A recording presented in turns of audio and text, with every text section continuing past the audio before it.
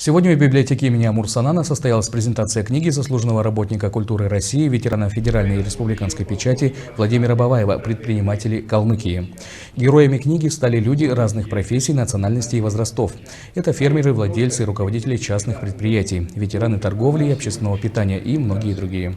Главное, что их объединяет, это стремление жить и трудиться на благо республики. Мои дети, им будет приятно, что отец в книгу попал. Большое спасибо Владимиру Редневичу.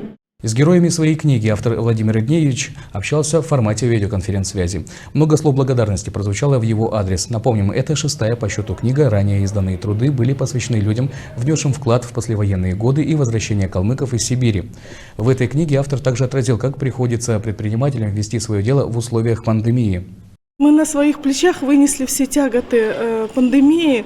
Мы сами все помним, что случилось в апреле месяце, когда начался дефицит масок, дефицит антисептических средств.